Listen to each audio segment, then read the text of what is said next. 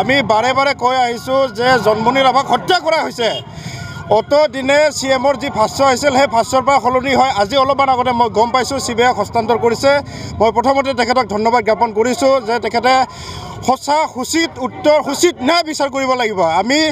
আমি ৰৈ নাথাকোঁ। আজি তামোলপুৰত এই প্ৰতিবাদী কাৰ্যসূচীটো হৈছে। আমি সমগ্ৰ অসমতে এই প্ৰতিবাদী কাৰ্যসূচী যদি উচিত তদন্ত নহয় আমি সমগ্ৰ অসমতে প্ৰতিবাদী কাৰ্যসূচী ৰূপায়ণ কৰাৰ কাৰণে গুণ্ঠাপন্ন কৰিম। আমি ইয়াতে অমিতাভ ৰাভাৰ শ্বহীদ বেদী আছে। শ্বহীদ বেদীৰ পৰা মটঙা চক পাৰ হৈ আমাৰ শ্ৰদ্ধাৰ লেহবৰ ছাৰৰ ফিল্ডলৈকে আমি আগবাঢ়িম। আমাৰ বিশেষকৈ তামোলপুৰ জিলাৰ ৰাভা ছাত্ৰ সন্থাৰ উদ্যোগত ৰাভা মহিলা পৰিষদ, ৰাভা সাহিত্য সভা, ইয়াতে সদৌ অসম ছাত্ৰ সন্থাৰ বাক্সা তামোলপুৰ জিলা সমিতি, গোৰ্খা আছে আমাৰ, তাৰপিছত কোচ ৰাজবংশীৰ লোকসকল আছে ইয়াত, আৰু বেংগলী ফেডাৰেশ্যনৰ লোকসকল আছে, আমাৰ ABMছৰ লোকসকল আছে। আমি সকলোকে ধন্যবাদ জ্ঞাপন কৰিছোঁ। তেখেতসকলে খুব সুন্দৰভাৱে সহযোগিতা আমাক জনাইছে।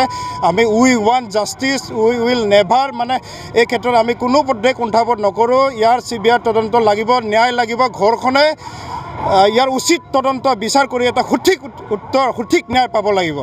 আৰু মই ইয়াতে সংবাদ মাধ্যমৰ জৰিয়তে অসম চৰকাৰলৈ এইটো এটা ৰিকুৱেষ্ট কৰিছোঁ যে তেখেতসকলে যিখিনি টকা ঘৰৰ পৰা কৰায়ত্ব কৰি লৈ গৈছিলে সেই টকাখিনি ঘৰখনক ঘূৰিয়াই দিয়ক। তেওঁলোকৰ মাকে বাৰে বাৰে কৈ আছে হাঁহ ছাগলী কুকুৰা বিক্ৰী কৰি সেই পইচাখিনি জমা কৰি ৰাখিছিলে, কিন্তু সেই পইচাখিনি অসম চৰকাৰে নিয়াৰ যুক্তিযুক্ততা ক'ত? সেই পইচাখিনি তেখেতসকলক অতি সোনকালে ঘূৰাই দিব লাগে আৰু ভিক্টিম পৰিয়াললৈ মিনিমাম 10 লাখ এটা কম্পেনচেশ্যন দিব লাগে।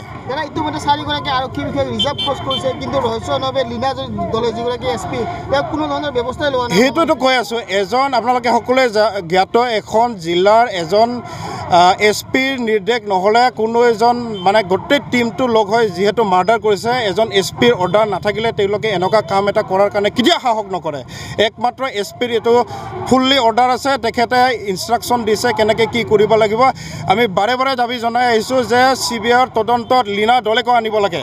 তেখেতে কাৰোবাৰ ছত্ৰছায়াত মুখ ভংগ কৰি এই গোটেই কেছটোক সৰবাৰ কৰিব বিচাৰিছে নেকি? আমি কেতিয়াও সহ্য নকৰোঁ। আমি বাৰে বাৰে দাবী জনাই আহিছোঁ CBIৰ উচিত তদন্ত হওক, জাষ্টিছ পাব লাগে। আমি কেতিয়াও কুণ্ঠাবোধ নকৰোঁ।